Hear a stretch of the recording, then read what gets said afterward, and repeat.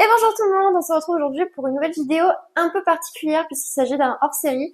Aujourd'hui je vais vous parler de tous mes accessoires de lecture, donc ce qui me permet de lire de façon plus agréable, de protéger mes romans, de prendre des notes, bref, tous ces accessoires-là. Donc on va commencer sans plus tarder. On va commencer avec la partie qui sera la plus courte, qui est au niveau du confort, l'installation pour lire. Vous allez voir, il y a rien. J'ai grosso modo un coussin que je considère être comme un coussin de lecture. En fait, il va me servir soit pour poser mes bouquins quand je lis, donc les poser dessus pour avoir moins de poids, notamment les gros romans, mais qui s'ouvrent bien, parce que alors les gros romans, mais ultra rigides, j'ai pas envie de casser la tranche selon le type d'ouvrage que c'est, et donc du coup je me force à le tenir avec mes deux mains, mais je galère avec le poids, etc. Enfin bref. Donc soit ça me sert pour poser les romans, soit ça sert pour ma tête, pour mieux me caler quand je suis dans le lit notamment. Donc j'ai ce coussin que on m'avait offert pour Noël, qui est ultra pratique, qui peut un peu se squeezer dans tous les sens, mais il est aussi très très grand, donc pour faire un oreiller justement, c'est idéal pour avoir justement un maintien en plus ou pour le mettre dans le dos pour mieux se caler, mais aussi pour poser les bouquins, c'est super pratique. Donc j'ai ce petit oreiller là. Ensuite au niveau du confort, on pourrait se dire, oh il y a les boissons, on a son petit mug, on boit un thé, un chocolat chaud, je ne sais quoi. En fait, niet, on va faire très court, je ne suis pas de ce genre-là. Déjà, je n'aime pas le thé, je n'aime pas le café. Donc grosso modo, 90% du temps, je ne bois que de l'eau. Et en fait, bah même quand je lis en général, je ne bois pas. Je suis un peu comme un dromadaire, je ne bois pas. C'est pareil au niveau des plaids, tout ça. Alors j'en ai, mais j'ai pas mon plaid de lecture ou quoi. Vraiment, je m'en fiche. Je prends ce qui passe. Ça peut être ma couette, peu importe. Tout ce qui peut me recouvrir fait le taf. Même un petit cardigan ou autre, ça fait l'affaire. Donc ça, c'était la partie confort qui, comme vous l'avez pu le voir, enfin vraiment est très très très courte. On continue maintenant pour tout ce qui est la lecture en elle-même, parce que ça m'arrive souvent, c'est quasiment même tout le temps le cas. Je suis plutôt une lectrice de la nuit. Donc il va faire très sombre et donc je vais avoir besoin de petites lumières justement, et j'en ai deux à vous montrer que je trouve très pratiques parce que chacune a ses avantages et ses inconvénients, donc je peux jongler entre les deux justement selon le type de lecture que j'ai, vous allez comprendre. Donc j'ai ceci et ceci, il y en a un très gros et un très petit. Alors, justement on commence par le premier parce que c'est vraiment la lampe de lecture que j'ai depuis pas mal d'années et que j'ai toujours utilisée jusqu'à présent. La dernière que je vais vous montrer juste après, elle est très très récente. Mais donc celle-ci, je l'aime beaucoup parce qu'en fait, vous la calez derrière la nuque. Et ça, c'est mobile. Vous en faites ce que vous voulez, vous pliez dans tous les sens que vous voulez. Et donc vous avez la lumière, vous avez différents types de lumière. Vous avez la lumière jaune-orange qui est celle que j'utilise tout le temps parce que c'est celle qui me fait le moins mal aux yeux. Vous avez ensuite la blanche pure et dure qui je trouve vous rend aveugle, et la bleue dont je ne vois pas trop son intérêt. Et après vous avez les degrés d'intensité, faible, pas faible, élevé. Je la trouve géniale parce que c'est super pratique, ça éclaire super bien. Si vous êtes à deux, vous pouvez utiliser une lumière pour l'une des personnes et l'autre la pointer sur l'autre aussi, ça marche très très bien si jamais vous lisez à deux. Son seul inconvénient, cela dit. Enfin, d'abord les avantages quand même, c'est que du coup, bon, au niveau de l'éclairage, tout ça, c'est super pratique. La batterie tient super longtemps. Je crois sincèrement que je dois l'utiliser au moins 10 heures avant de devoir la recharger. Donc vraiment le top pour l'autonomie. Par contre, son désavantage, c'est ça. Ça se cale derrière la nuque, mais en fait, selon la position que vous avez, au bout de 30 minutes, vous n'avez plus de nuque, vous n'avez plus de dos en fait, le haut, les omoplates, tout ça, moi ça me fait super mal en fait. Sur la position que j'ai, en fait, ça va pas du tout être pratique parce que soit je vais le sentir, parce que je suis un peu appuyée ou quoi et du coup ça force. En fait, ça dépend. Donc, c'est pas toujours pratique. Donc en fait, maintenant, je vais vous montrer parce que j'ai une deuxième lampe de lecture. Je l'utilise majoritairement pour les gros romans, les romans brochés. Dès que c'est des romans par contre de poche, je fais l'impasse sur ça et je prends l'autre que je vais vous montrer juste après, qui est super pratique parce qu'elle est miniature mais elle fait super bien son taf. Donc c'est celle-ci, vous la connaissez peut-être parce qu'en plus je fais la promo, je suis pas payée du tout pour, mais c'est français. Ça a été créé par des Français, c'est fabriqué en France également. Donc c'est pas mal aussi de soutenir nos créateurs français, mais donc ça s'appelle la Lysia, la lampe de lecture. Et vous voyez les miniatures, et en fait, quand vous la remontez tout en haut, elle sert en gros de marque-page. Après, je vous avoue que moi, j'utilise pas en marque-page parce que j'ai trop peur de l'abîmer ou de la casser. Surtout vu le prix, parce que c'est quand même aux alentours de 25 euros. Donc c'est quand même un certain budget pour une toute petite lampe, on pourrait dire. Elle est rechargeable, alors j'ai pas encore pu tester entièrement l'autonomie parce que pour le moment je l'ai pas encore rechargée, j'ai dû l'utiliser peut-être 2 heures, quelque chose comme ça, mais il me semble que l'autonomie annoncée est de 5 heures à peu près, donc ça a l'air d'être 2 fois moins que l'autre lampe, mais en même temps c'est pas du tout le même gabarit. Elle est rechargeable, ce que je regrette un peu c'est que ce ne soit pas un port USB-C d'ailleurs, je trouve que c'est un peu dommage parce que ça force les gens à devoir acheter le câble adapté, enfin je trouve ça dommage pour l'écologie, mais bon, c'est pas grave. Et donc en fait, ce qui est super pratique, je vais prendre un bouquin pour vous montrer, c'est que vous pouvez l'utiliser à la fois comme lampe de lecture, mais pas que.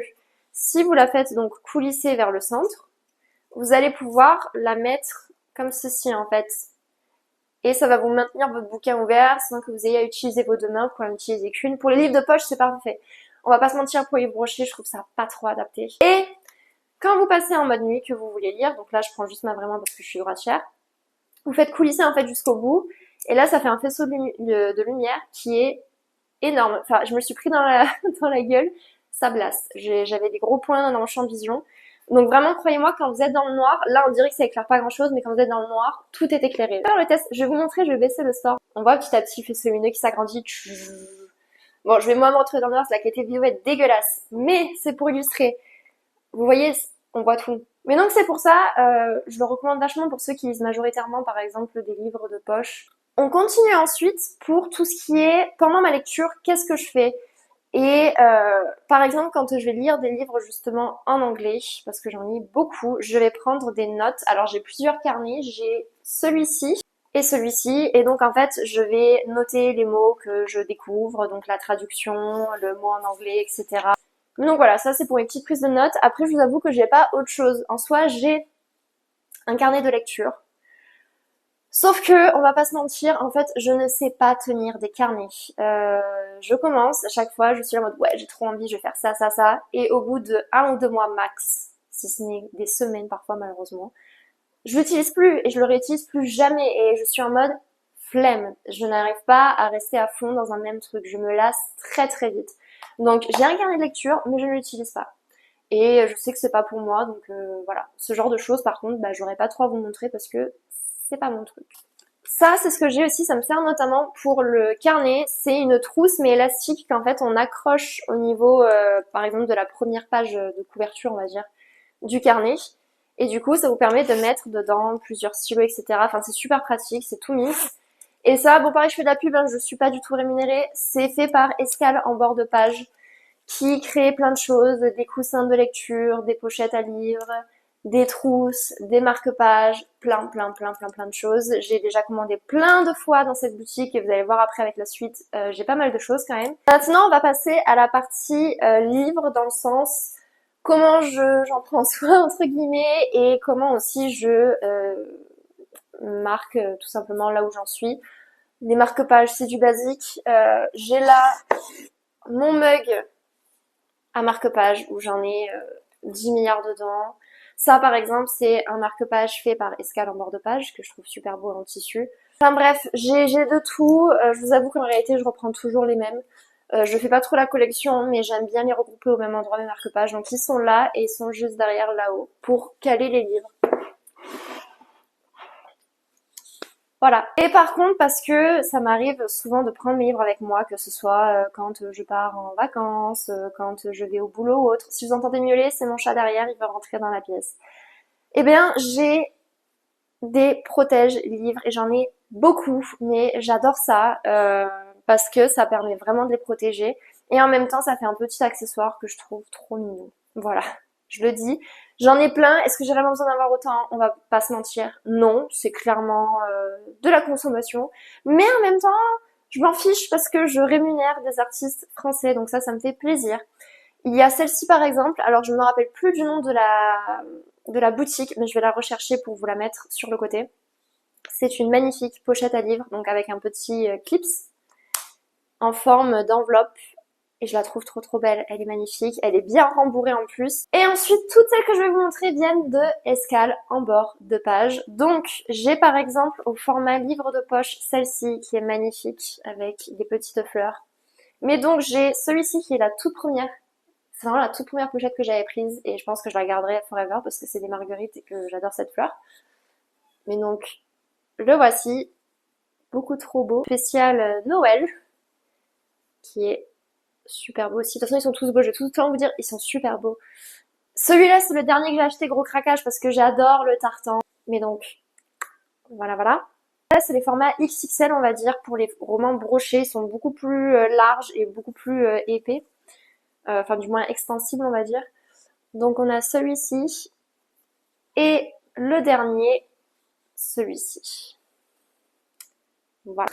Ça y est, c'est donc la fin de cette vidéo. C'était tous mes accessoires lecture, ce qui, grosso modo, me suit au quotidien dans mes lectures et qui m'est très très utile. J'espère que cette vidéo vous aura plu, peut-être qu'elle vous aura donné, bon malheureusement certaines envies d'achat, ou à contrario vous aura justement aiguillé, notamment sur les lampes de lecture si vous aviez envie d'en acheter, pour savoir laquelle vous conviendrait le plus. N'hésitez pas dans les commentaires à me dire si vous avez vous aussi certains accessoires en commun, ou si vous en avez d'autres que je ne connais pas forcément et qui sont plutôt pas mal ou que vous recommandez. N'hésitez pas également pour soutenir la chaîne et offrir un peu plus de visibilité, à mettre un pouce en l'air, à vous abonner si ce n'est pas encore fait, à commenter ou encore à partager sur d'autres réseaux la vidéo. On se retrouve très prochainement pour une autre. En attendant, portez-vous bien. À très bientôt. Allez, dis au revoir Sado que t'as fait miam miam tout le long. Mais oui, au revoir.